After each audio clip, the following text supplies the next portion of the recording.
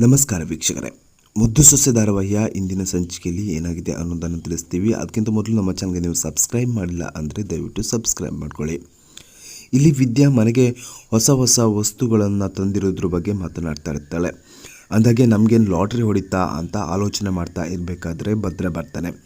ಭದ್ರ ಬಂದು ಹೇಳ್ತಾನೆ, ಹೆಂಗೆ ನಾವು ಅಂತ ಕೇಳಿದಾಗ ವಿದ್ಯಾ ಅವಳಲ್ಲಿ ಮುನ್ಸ್ಕೊಂಡು ಒಳಗಡೆ ಹೋಗ್ತಾಳೆ. ಆಗ ಭದ್ರ ಹೇಳ್ತಾನೆ, 3 ಅಡಿ ಇಲ್ಲ, ಏನೊಂದು ಸಿಟ್ಟು, ಇಷ್ಟೊಂದು ಕೊಬ್ಬಿ ಉಳಿಗೆ ಅಂತ ಹೇಳ್ತಾ ಇರ್ತಾನೆ. ಅದೇ ಸಮಯಕ್ಕೆ ಅಲ್ಲಿ ಸಾವಿತ್ರಿ, ವಿನಂತಿ, ಈಶ್ವರಿ, ಚಿತ್ರ ಹಾಗೆ ಬರ್ತಾರೆ. ಹಾಗೆ ಭದ್ರನ ಗಟ್ಟಿಯಾಗಿ ಕೂಗ್ತಾರೆ.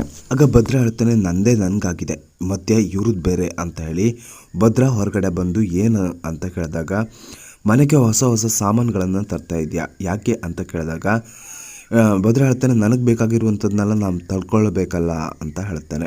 ಆಗ ಸಾವಿತ್ರಿ ಹೇಳ್ತಾಳೆ, ನಿನಗೆ ಅಡುಗೆ ಮಾಡೋದು, ಬಟ್ಟೆ ಹೋಗೋದೆಲ್ಲ ನಾವು ಮಾಡಿಕೊಡ್ತೀವಿ ಅಂತ ಹೇಳ್ತಾಳೆ. ಆಗ ಭದ್ರ ಹೇಳ್ತಾನೆ, ಅಜ್ಜಮ್ಮನ ಹತ್ರ ನಾನು ಚಾಲೆಂಜ್ ಮಾಡಿ ಬಂದಿದ್ದೀನಿ, ಯಾವ ಹೆಣ್ಣಿನ ಸಹಾಯ ಇಲ್ಲದೆ ನಾ ಬದುಕು ತೋರಿಸ್ತೀನಿ ಅಂತ, ಅದಕ್ಕೋಸ್ಕರ ನಾನು ಇದನ್ನೆಲ್ಲ ತಂದೆ ಅಂತ ಭದ್ರ ಹೇಳ್ತಾನೆ. ಆಗ ಈಶ್ವರಿ ಹೇಳ್ತಾಳೆ, ಇದನ್ನೆಲ್ಲ ನೋಡ್ತಾ ಇದ್ರೆ ನೀನು ಅತ್ತೆ ಮುಂದೆ ಗೆಲ್ಲಬೇಕು ಅಂತ ಇಲ್ಲ, ನೀನು ಅವಳು ಪ್ರೀತಿನ ಗೆಲ್ಲಬೇಕು ಅನ್ನೋ ಥರ ಇದೆ ಅಂತ ಈಶ್ವರಿ ಹೇಳ್ತಾಳೆ. ಚಿಕ್ಕವ್ವ, ನೀವು ಏನೇನೋ ಆಲೋಚನೆ ಮಾಡಿಕೊಂಡು ಏನೇನೋ ತಿಳ್ಕೊಬೇಡಿ ಅಂತ ಹೇಳಿ ಭದ್ರ ಅಲ್ಲಿಂದ ಹೋಗ್ತಾನೆ. ಅದಾಗೆ ಸಾವಿತ್ರಿ ಹೀಗೆ ಮಾತಾಡ್ತಿರ್ಬೇಕಾದ್ರೆ ಈ ಮನೆ ಇವಂದೇ ಅಂತ ಅಂದ್ಕೊಂಡ್ಬಿಟ್ಟಿದ್ದಾನೆ ಅಂತ ಹೇಳ್ತಾಳೆ. ಈ ಮನೆ ಮಾತ್ರ ಅಲ್ಲ, ಅವಳು ಕೂಡ ಅವಳು ಹೊಟ್ಟೆಲಿರುವಂಥ ಮಗು ಕೂಡ ತಂದೆ ಅಂತ ಭದ್ರ ಒಪ್ಕೊಂಡಾಗಿದೆ ಅಂತ ಈಶ್ವರಿ ಹೇಳ್ತಾಳೆ. ವಿದ್ಯಾ ಬಟ್ಟೆ ಒಗಿಬೇಕು ಅಂತ ಬಟ್ಟೆ ಹಿಡ್ಕೊಂಡು ಹೊರಗಡೆ ಹೋಗೋದಕ್ಕೆ ರೆಡಿ ಆಗ್ತಾ ಇರ್ತಾಳೆ. ಆಗ ಭದ್ರ ಹೇಳ್ತಾನೆ, ಏ ವಿದ್ಯಾ ಅಂತ ಕರೀತಾನೆ. ಆಗ ವಿದ್ಯೆ ಏನು ಕರೆದಿದ್ದು ಅಂತ ಕೇಳಿದಾಗ, ಈ ಮನೆಯಲ್ಲಿರುವ ವಸ್ತುಗಳನ್ನು ನೀನು ಕೂಡ ಯೂಸ್ ಮಾಡ್ಬೋದು, ನೀನು ನನ್ನ ರೂಮ್ಮೇಟ್ ಅಲ್ವಾ ಅಂತ ಭದ್ರ ಹೇಳ್ತಾನೆ. ಅಂದಾಗೆ ನನಗೆ ಇದರ ಅವಶ್ಯಕತೆ ಇಲ್ಲ ಅಂತ ವಿದ್ಯೆ ಹೇಳ್ತಾಳೆ. ನಾನು ಇದನ್ನೆಲ್ಲ ಯೂಸ್ ಮಾಡೋದಿಲ್ಲ, ಯಾಕಂದರೆ ನನಗೆ ಸ್ವಾಭಿಮಾನ ಅನ್ನೋದಿದೆ ಅಂತ ವಿದ್ಯೆ ಹೇಳ್ತಾಳೆ. ಆಗ ಭದ್ರ ಹೇಳ್ತಾನೆ, ನಿಂಗೆ ಸ್ವಾಭಿಮಾನ ಇದೆ, ಹೌದು, ಅದು ನನಗೂ ಕೂಡ ಗೊತ್ತಿದೆ, ಆದರೆ ಪ್ರತಿಯೊಂದಕ್ಕೂ ಕೂಡ ಇಂತಿಷ್ಟು ಅಮೌಂಟ್ ಅಂತ ಬರ್ತಿಟ್ಟಿದ್ದೀನಿ, ಅದ್ರ ಪ್ರಕಾರ ನೀನು ಹಣ ಕೊಟ್ಬಿಡು ಅಂತ ವಿದ್ಯೆನ ಹತ್ರ ಭದ್ರ ಹೇಳ್ತಾನೆ.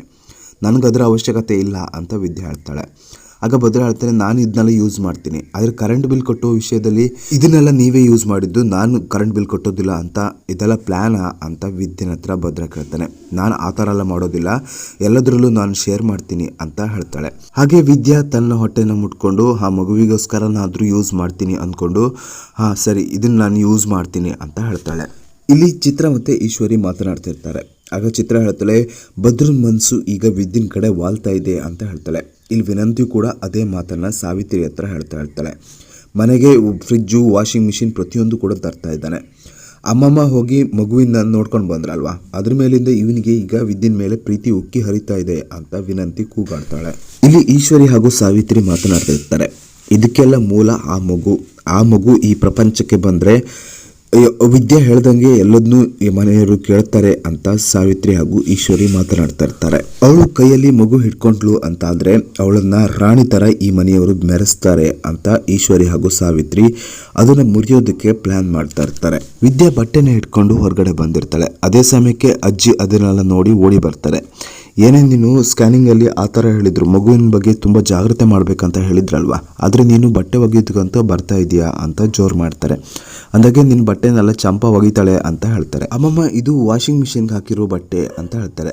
ಅಂದಾಗೆ ಯಾರು ತಂದಿರೋದು ಅಂತ ಅಜ್ಜಿ ಕೇಳಿದಾಗ ಆ ಕಡೆ ಇವ್ರು ತಂದಿರೋದು ಅಂತ ತೋರಿಸ್ತಾರೆ. ಅವ್ರು ತಂದಿದ್ದು ಇವ್ರು ತಂದಿದ್ದು ಅನ್ನೋದಕ್ಕಿಂತ ಗಂಡ ತಂದಿದ್ದು ಅಂತ ಹೇಳೋಕ್ಕಾಗಲ್ವಾ ನಿನಗೆ ಅಂತ ಅಜ್ಜಮ್ಮ ಜೋರು ಮಾಡ್ತಾರೆ. ನೋಡು, ನಿನಗೆ ಗಂಡ ಅಂದ್ರೇ ಆಗೋದಿಲ್ಲ ಅಲ್ವಾ, ಅವ್ರು ತಂದಿರೋದನ್ನು ಹೇಗೆ ಯೂಸ್ ಮಾಡಿದೆ ಅಂತ ಅಜ್ಜಮ್ಮ ಕೇಳ್ತಾರೆ.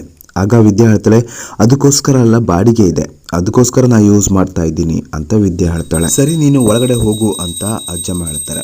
ಹಾಗೆ ಚಂಪಿ ಹತ್ರ ಅಜ್ಜಿ ಹೇಳ್ತಾರೆ, ನೋಡು, ಹೆಂಡತಿ ಮೇಲೆ ಎಷ್ಟೊಂದು ಪ್ರೀತಿ ಇದೆ, ಆದರೆ ಹೊರಗಡೆ ಎಲ್ಲೂ ಕೂಡ ತೋರಿಸ್ಕೊಳ್ತಾ ಇಲ್ಲ, ಆದರೆ ಅದಕ್ಕೋಸ್ಕರ ಬಾಡಿಗೆ ಬೇರೆ ಫಿಕ್ಸ್ ಮಾಡ್ಕೊಂಡಿದ್ದಾನೆ, ಕೆಳಗಡೆ ಬಿದ್ದರೂ ಮೀಸೆ ಮಣ್ಣಾಗಲಿಲ್ಲ ಅನ್ನೋ ಥರ ಇದ್ದಾನೆ ಅಂತ ಅಜ್ಜಮ್ಮ ಮಾತನಾಡ್ತಾ ಇರ್ತಾರೆ. ಅಜ್ಜಮ್ಮ ಹೋದಾದ್ಮೇಲೆ ಮನೆಗೆ ಹೊಸ ಹೊಸ ಐಟಮ್ಗಳನ್ನು ಭದ್ರ ತರಿಸಿರ್ತಾನೆ. ಆಗ ವಿದ್ಯೆ ಹೇಳ್ತಾಳೆ, ಇದನ್ನು ನನಗೋಸ್ಕರ ತರಿಸಿದ್ದಾರೆ ಅಂತ ಅಂದ್ಕೊಂಡಿದ್ಯಾ, ಆದರೆ ಇದು ನಿನಗೋಸ್ಕರ ತರಿಸಿರೋದು ಅಂತ ಹೊಟ್ಟೆ ಮುಡ್ಕೊಂಡು ಹೇಳ್ತಾಳೆ. ಇಲ್ಲಿ ಸಾವಿತ್ರಿ ಮತ್ತು ಈಶ್ವರಿ ಪ್ಲ್ಯಾನ್ ಮಾಡ್ತಾ ಇರ್ತಾರೆ.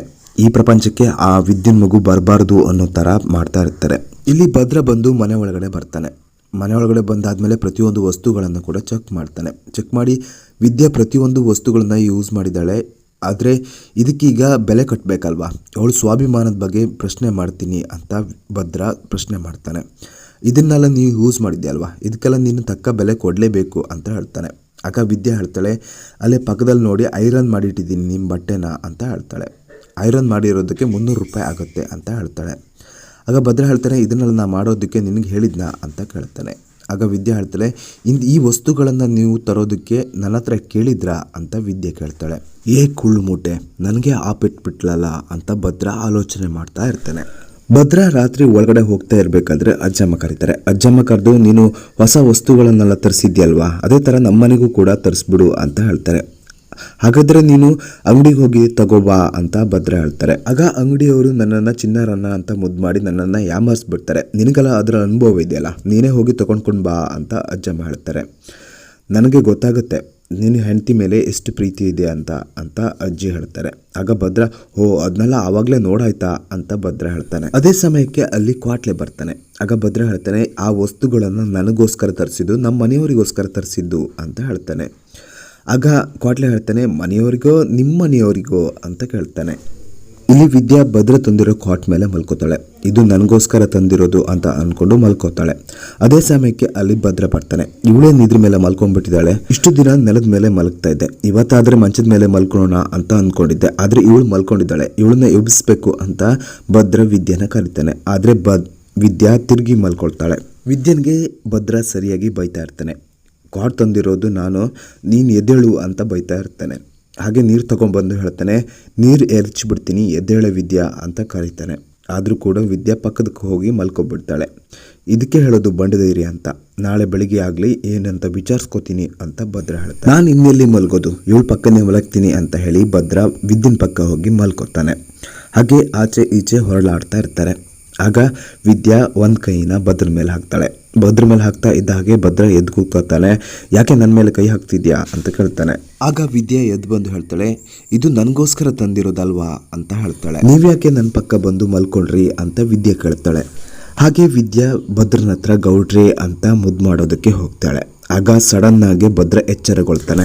ಯಾಕೋ ನನ್ನ ಮನಸ್ಸು ಕರಗೋ ಥರ ಕಾಣ್ತಾ ಇದೆ, ಹುಷಾರು ಕಾಣ್ಲ ಭದ್ರ ಹುಷಾರು ಅಂತ ಅವನಿಗೆ ಅನ್ಕೋತಾನೆ. ಅಲ್ಲಿಗೆ ಈ ಒಂದು ಎಪಿಸೋಡ್ ಎಂಡ್ ಆಗುತ್ತೆ.